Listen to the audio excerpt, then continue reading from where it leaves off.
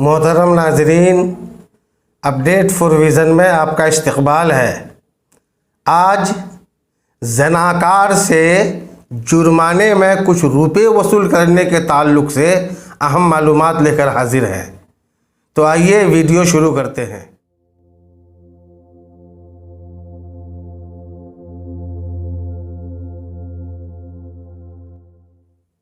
जिस मर्द औरत से ज़ना सरज़द हो जाए और वो मोहसिन और मोहसिना यानी मोहसिन मोहसिना ना हो बल्कि गैर शादीशुदा हो, तो अगर हुकूमत इस्लामिया कायम होती तो उन्हें 100 कोड़े मारे जाते।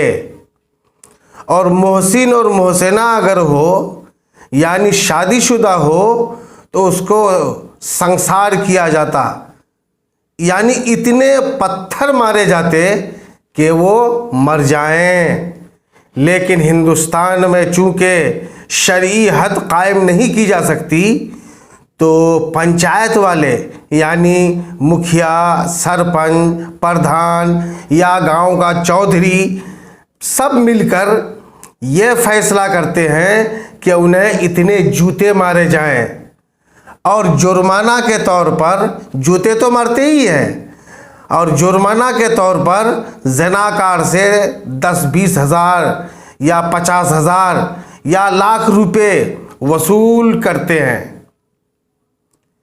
दोस्तों, जहां जूते मारने की बात है तो वो तो जायज़ है, लेकिन उसको कफ़ारा समझना बिल्कुल गलत है। इसलिए कि शरीयत में ज़ना का कोई कफ़ारा नहीं है, बल्कि हद है, यानी ज़नाकार को कोड़े मारना और रज्म यानी पत्थर मारना है।